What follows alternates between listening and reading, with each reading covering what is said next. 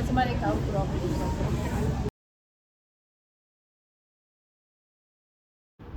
Hi guys, તો બસ અમે પહોંચી ગયા છે ઝુડિયો મારા ઘરથી નજીક જ છે અને દર ફ્રાઈડે ત્યાં નવું કલેક્શન આવતું રહે છે. તો ઝુડિયોનું કલેક્શન બહુ ફાઇન હોય છે, મને બહુ તો ગમે જ છે, કારણ કે આપણે રનિંગમાં પણ પહેરી શકીએ એવું પણ હોય છે અને બહાર આવ્યા જાય પણ હોઈ શકીએ છીએ, કારણ કે એક કપડાં પછી ફરી વાર રિપીટ કરવા નથી ગમતા. તો પ્રાઇસ વાઇઝ એ બરાબર છે. તો બસ હવે ઝુડિયોમાં થોડી શોપિંગ કરીશું, ફરીશું અને કંઈક યોગ્ય લાગશે તો લઈશું. Okay guys, by.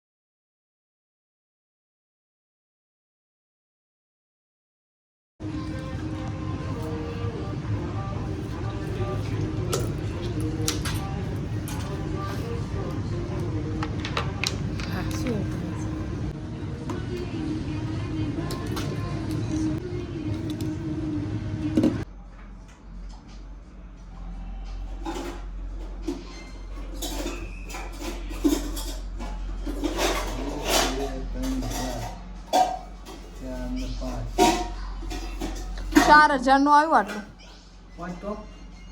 5 ટોપ ને 2 બૂટ 5,000. એ રહ્યા પેલા બૂટ છે, આ સેન્ડલ છે 400 રૂપિયાના અને બૂટે બંને 400 રૂપિયાના જ છે. સેન્ડલ 400 ના ને 400 ના. ક્વોલિટી સારી છે. મોજા લાવવાના છે. આવડું મોટું ગાડું નીકળે. ઠીક છે, ચલો વાંધો વળી જવું.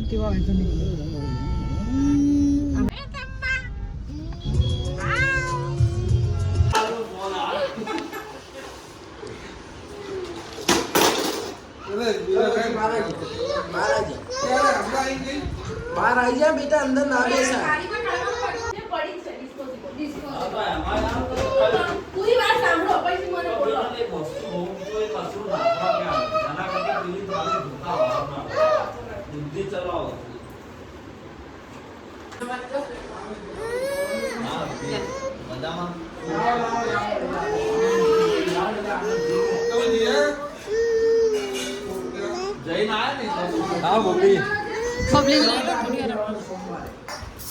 બહુ સારું થાક્યા પાકે બે હવે તો દે ખરી. આમાં આવી ગયું કે હાર્દિક કુમારને છે ને બેબી રાખવી ગમતી નહીં.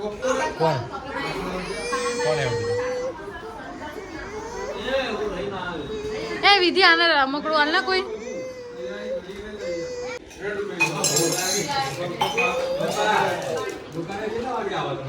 અરે આખી રમત જ અજીબ છે યાર. આ બધા કે તું એવી નહીં પ્રિન્સિપલ અંદર ગયો છે.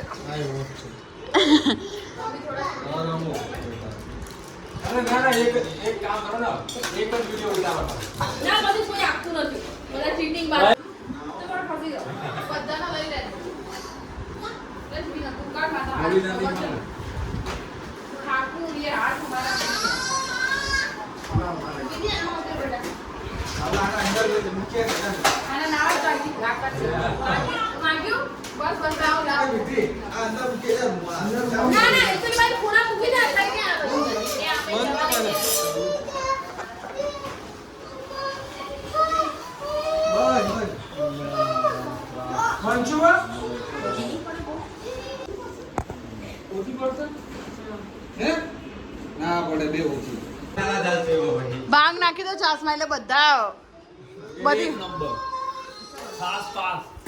બધા ગમ ભૂલી જાય.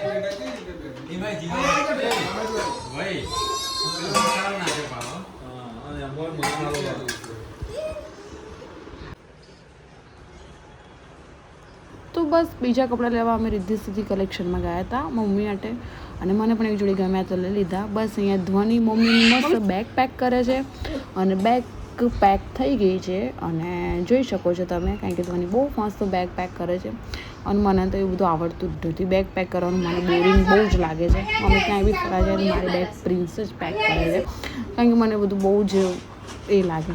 તો એ જેને ગમતું કામ છે. અને આ એક કળા છે બેગ ગોઠવવી, પણ બધું યાદ કરીને લેવું કરવું. હું બધું પણ મારા બેગ આગળ બધું પ્રિન્સ બધું ભરે, તો બસ આવી રીતે ટવેરો આવે ને અંદર આવે ને ટવેરોમાં મોટી ટવેરો આવે ને અંદર આવે ને ટવેરોમાં ટવેરો એ તો કે